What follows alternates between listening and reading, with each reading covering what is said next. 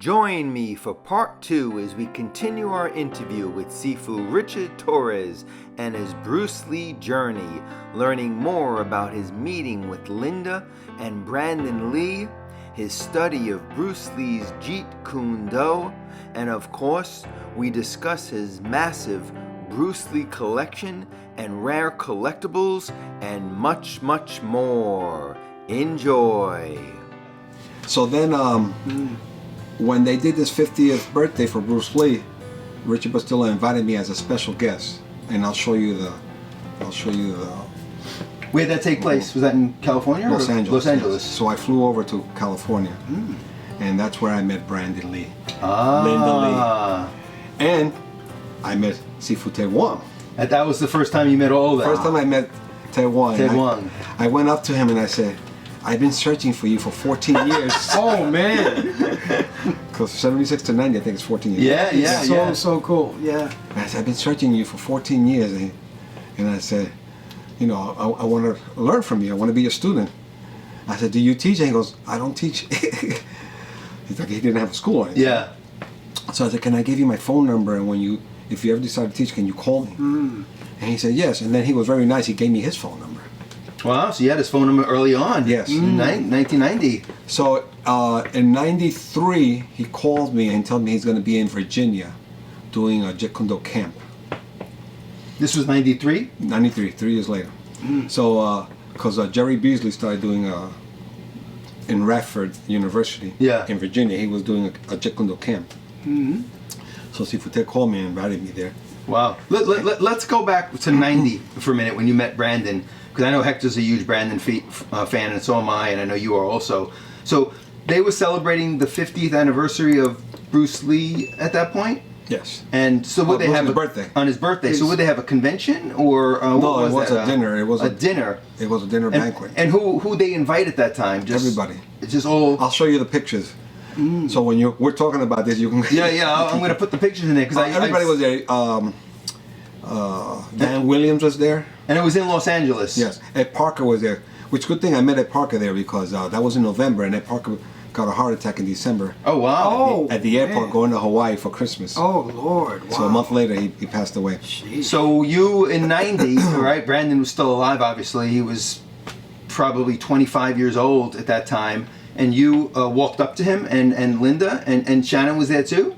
No, Shannon wasn't there. Shannon was in college. Oh, he was in. So Linda was with Brandon. With Brandon. And when you spotted him, what was your first reaction when you saw him? Did you kind of catch a glimpse of him across the room, and there he was? I was more looking at Linda than Brandon.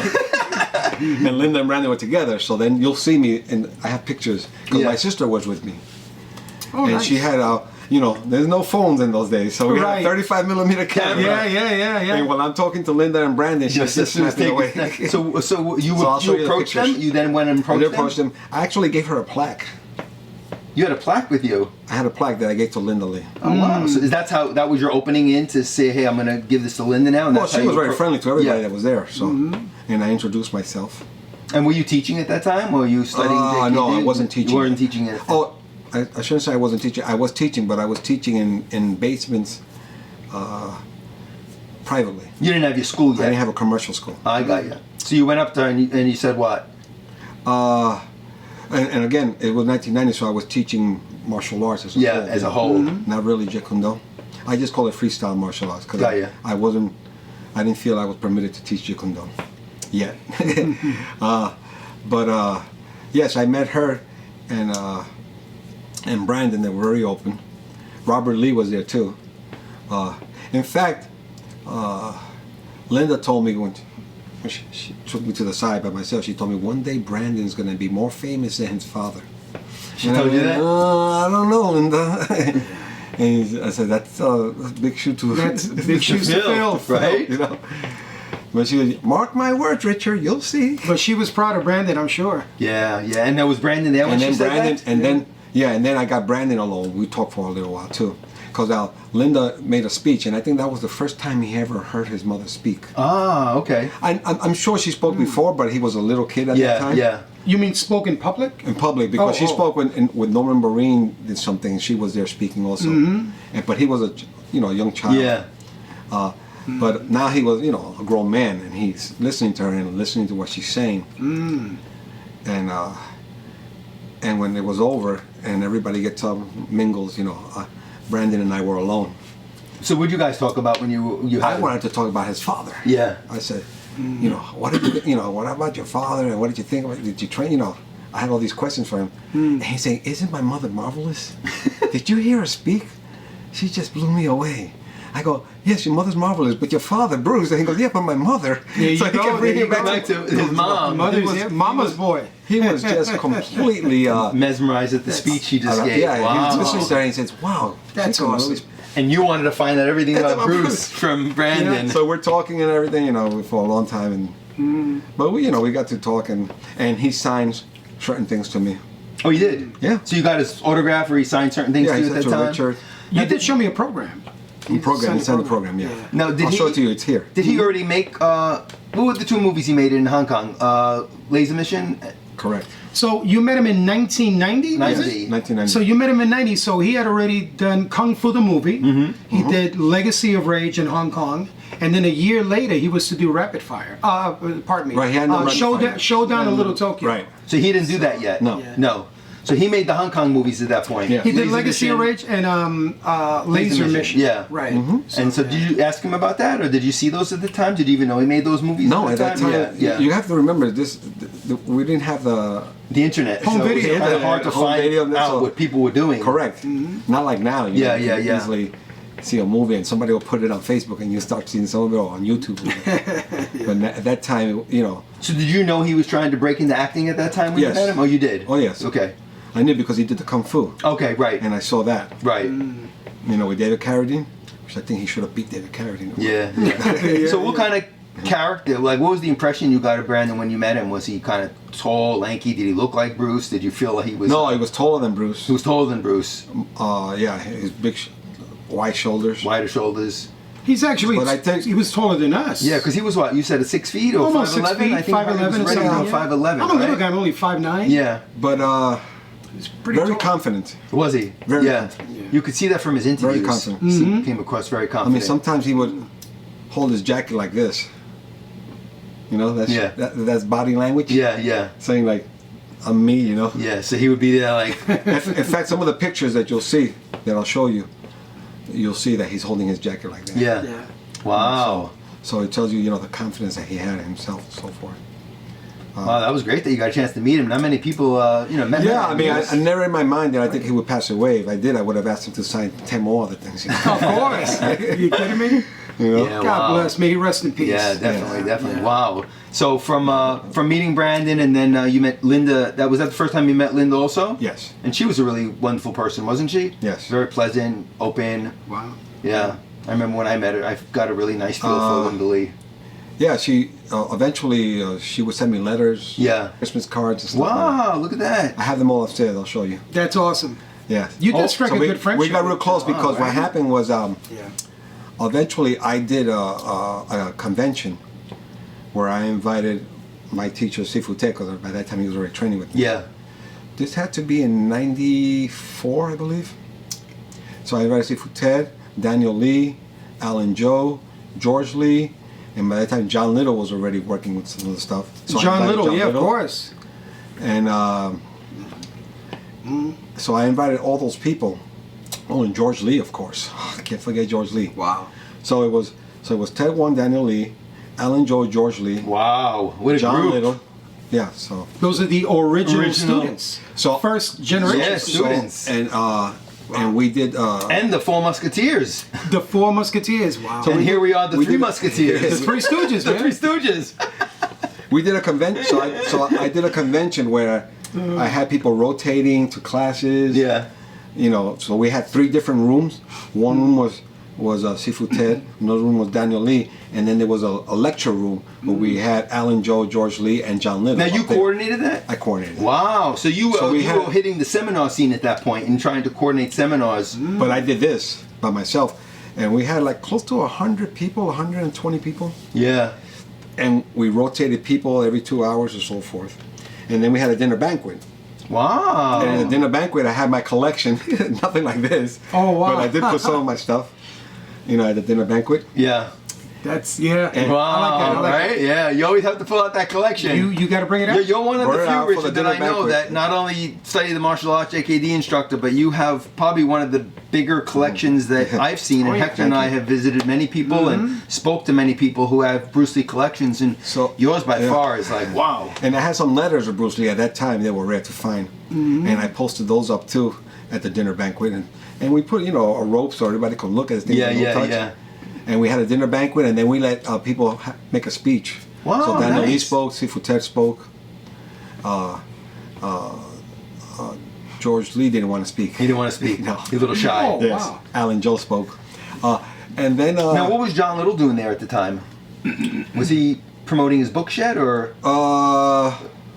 I don't know if he had his books yet, but he was definitely doing work for the estate. state? Okay. But he was talking about exercising and so forth. Oh, Remember, okay. he came from Joe Weider. Yeah, yeah, because he used to write for Muscle and Fitness. Muscle and Fitness, Yep, correct. and he has a strong fitness background. So we have all this on video. The whole really? convention is Oh, on you video. you do? Oh yeah, I had 3 of my students Oh. follow. So 3 of my students went to each different group, and they videoed everything. You still have that? I still have that. Have you wanna- put it out on DVD or something? Or I'm considering it. That'd be nice, I'd like man. to put some of that on the channel if you don't mind. I at would one love point. to see that. But it's on VHS. That's good. We'll convert it Yeah. to memory stick, and then we'll upload it to YouTube. Everyone would love to see that, man. No, that's like back in the day. That was so Back in the hard to day. come by. That's some in fact, unseen footage. yeah. Yeah. They all All right, it's our next project, man. Keep that in mind. Except for John Little and myself, they all passed away. Oh, I know. We just did a big John Little episode. We're gonna feature it in a few Oh, weeks. that's going to be great. That Hector yeah. was So- fortunate enough to so, get some great collectibles. John Little. You're coming You're soon. going to be soon. So John, when after the convention, John went back and told Linda, should see. you have to do this. Yeah. Yeah. When we do the nucleus, why don't we have a nucleus convention, and you should tell talk to Richard, maybe he could send you some of his videos. So one day I come home from work, and my wife says, "It's Linda Lee. She's calling you." Oh, man, that is so amazing. Linda Lee, That's So she did. She called me on the phone and she said, "Richard, That's terrific. John told me about your convention, and he said it was so wonderful." Cause I invited her too, to to my convention. your convention. That's, So I went all out. oh man, you of got course, everyone why there. not? But she couldn't make it. But she wrote a letter Yeah. for me to read at the convention, Oh, nice. and she said, "Richard's a good friend," and stuff like that. It was really nice of her. Wow, look at that. You know, I never met Linda Lee. I mean, but all I hear is how What a- she's very Very nice. like a gentle spirit. Yes. Very humble, very kind. So Genuine, she was kind. part. Yeah, that's so she awesome. was part of the invitation. So she knew that what we were doing. Yeah. What I was doing anyway. And I invited her, but she said she couldn't make it, but she'll write a letter. And she wrote a letter and mailed it and sent it to me in my house here. And you do read it up there And at the convention? I Wow, read it at the nice. convention. But when by that time John was living in Boise, so he told Linda, we should do this for the nucleus and do a convention. Now, what year was that? That must have been in the mid 90s, right? 94, 95. Yeah. Because she started the conventions in when, like 97, no, 98? I think it was 95. Was it 95? The January of 95, I believe it was. Was it that early? Maybe you're right. Yeah, I think so. Because I went to 2 or 3 of those conventions at the time, but it seems like the idea sprung from your convention. Right. And now Because- they said, well, let's do the nucleus convention. they made it a regular thing? She asked me, Every year? can you send me copies of your videos? Because I heard you video them. So I found the best ones. Yeah. And I made copies of them, duplicated. In the old days, 2 VHS tapes. Yeah, 2 machines. And I made a beautiful cover and everything. And I mailed it to her, and she watched it, and she liked what she saw. She probably got their ideas And she because... said, "We're gonna do this Yeah. as a nucleus convention."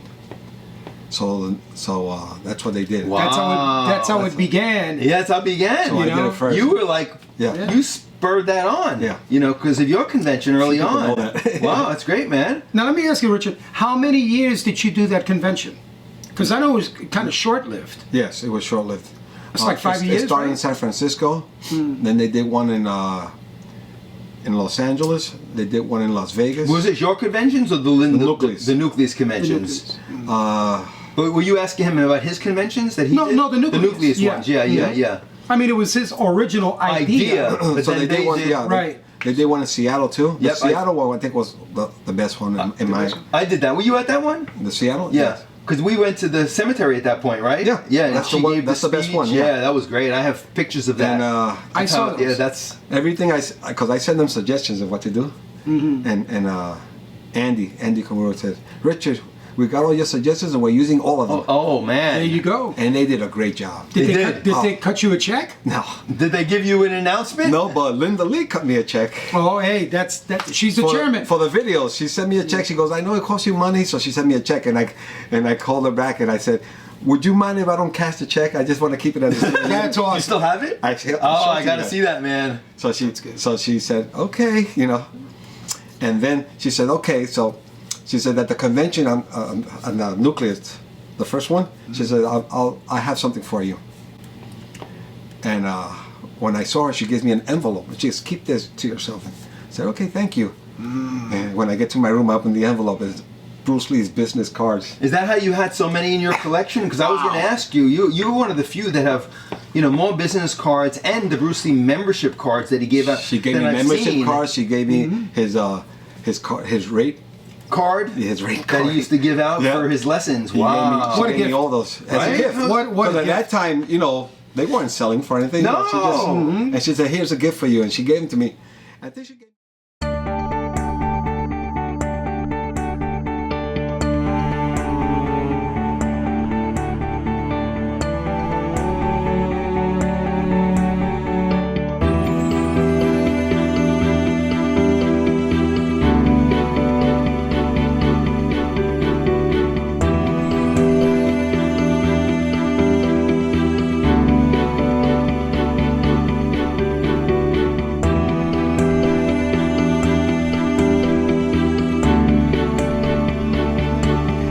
me like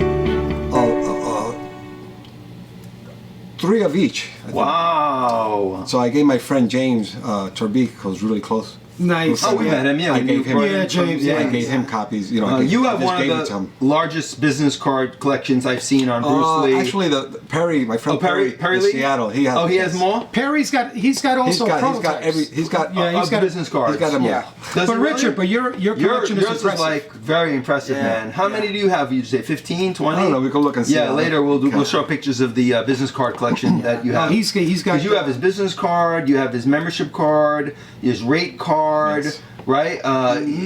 Quite a few things that Bruce gave out. The ones that are more impressive are your early business cards. Yeah. The original ones, the Jun Fan.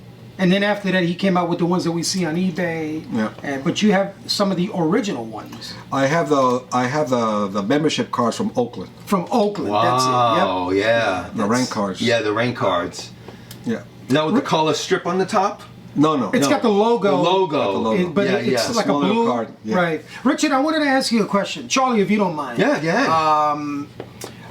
You're also well known for taking over Robert Blakeman's Bruce Lee Eve. Robert Blakeman was a very famous collector. Yeah. And in Columbus, Ohio. Yes. Right. And he was the first to take his collection out into the public. So but then when he passed away, I believe that Richard kind of like honored him. No, what happened was Robert couldn't do it. Let's put it that way. Because of certain family situations. And he asked me and Darren Wine, because Darren was Darren Way. Yes. He said, you guys. He's a friend of mine on Facebook. You guys want to do Bruce Lee, but Darren thought it was a big thing to. Darren. So Darren asked me, do you want to do it in New York? And I said, if you guys want me to, I'll do it in New York. That's cool. So I got it. By that time, I was friends with George Tang.